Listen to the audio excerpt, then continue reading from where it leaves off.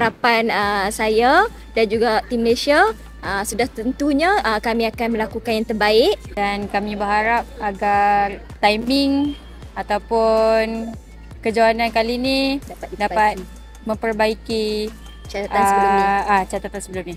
Jadi harap semua rakyat Malaysia dapat doakan kami dan saksikan kami di kejohanan Asia Track and Field di Korea nanti. Terima kasih.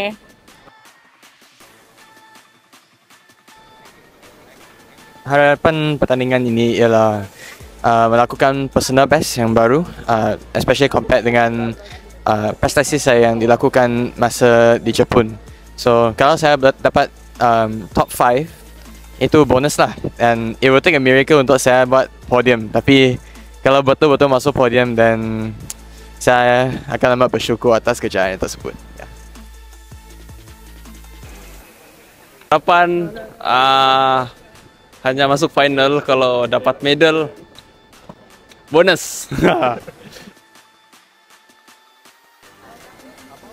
At least try the best untuk Malaysia. At least saya kalau dapat buat untuk timing sub 21, saya akan cuba untuk buat untuk opening season saya.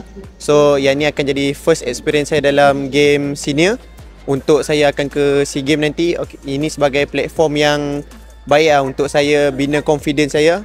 So saya boleh buat timing yang lagi baik dengan confident.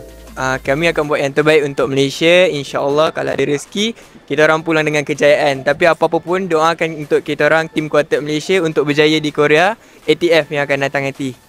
Malaysia boleh! Yeah, so my preparation first has been really good. In the last month in particular, the training's gone really well, so just hope to carry that form into this competition and the rest of the season.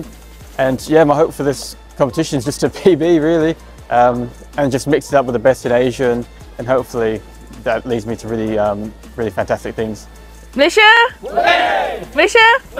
Malaysia!